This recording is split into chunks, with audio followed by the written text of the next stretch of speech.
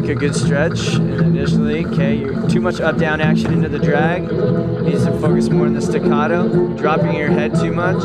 You need to make sure you're taking heel leads as you step across the man. Dropping your upper body forward. Your hips need to be forward, not your upper body. Hips need to be forward here. Upper body is leading. Again, it should be the hips leading. Again, hips need to be forward. That's the dynamic of this dance. Separation needs to be stronger as you back up. The hips need to drive backwards and have a change forward on 4. Dropping that left arm. Make sure that the frame is consistent throughout. Chassés need to be more staccato. Push off the standing leg. Nice shape into the crash. Good use of the free arm there. Okay, again, hips need to be forward. Okay, this is the characterization of the dance. Is the hips being forward and your hips are not forward at all. Okay, dropping the head too much.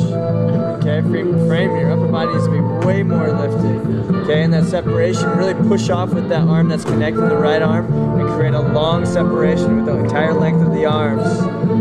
Good job on the ronde, nice straight leg, but coming out of that needs to be more staccato. Push off that standing leg more.